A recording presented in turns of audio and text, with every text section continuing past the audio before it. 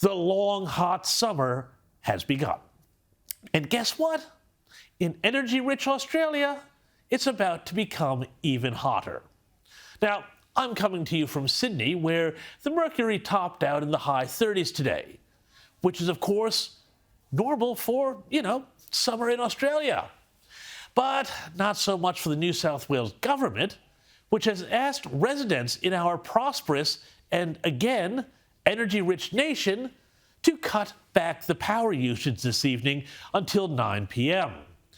State Energy Minister Penny Sharpe made the plea today.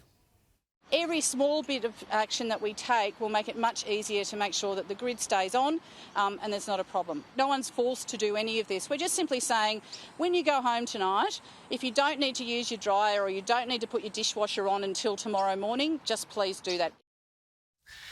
Gosh, look, far be it from me to suggest that people shouldn't do their part to keep the grid going, but you know what? No, actually, forget that. I am going to suggest exactly that. Because, you know what, Penny Sharpe? You know what, Chris Bowen? We live in a country with world-beating reserves of coal, natural gas, lots of that gas being very close to the surface, oil, yes, I said oil, as well as wind and sun, and oh yeah, what's that other stuff we're not supposed to talk about? Uranium.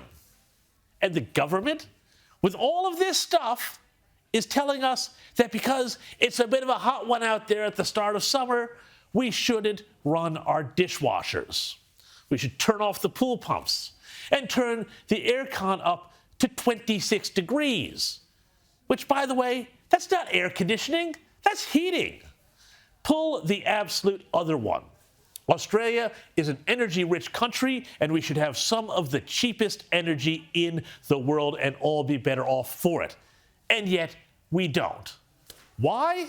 Well, there's a few points to make on this. And they don't all confine themselves to New South Wales, where the previous coalition government, with its Environment Minister Matt Keane, shut down the Liddell coal plant and was in the chair when the operators of the country's biggest coal-fired plant at Araring announced that it would shut down early in 2025, all the while encouraging operators to stop upkeep on their coal plants, which the government obviously wanted them to shut down in favor of renewables.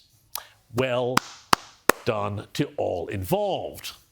Of course, as the state and the country has moved on to renewables, well, things have predictably become more expensive and less reliable.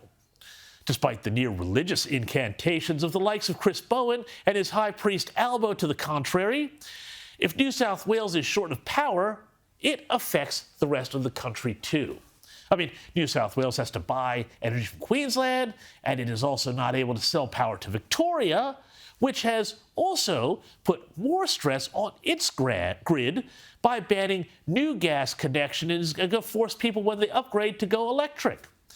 In a statement today, John Seeley, managing director of Seeley International, said, quote, "The Victorian government's reckless intent to push Victorians off gas will put significant stress on the state's fragile energy grid, force emissions higher, and compound the crippling cost of living crisis that is hurting households and small businesses across the state." Seeley went on to say, in words that I think apply not just to Victoria, but the entire nation, that, quote, "Consumers are clearly bearing the burden of this abject failure, unfairly punished by a government which is scrambling to play catch-up to meet their ambitious emissions targets. This is not the considered actions of a sensible government sincerely pursuing solutions to a climate conundrum. It is the rash," he said, "an ideological pursuit of a tired government attempting to hoodwink the public with the perception of action without the outcome," unquote. And where's Energy Minister Chris Bowen in all of this? Well, he's swatting back from COP28, where he extravagantly spurned the entreaties of nearly 30 other nations who committed to tripling nuclear power to hit their climate targets, and instead cheered on declarations about the end of fossil fuels, which, in Australia, keep the lights on and our nation prosperous.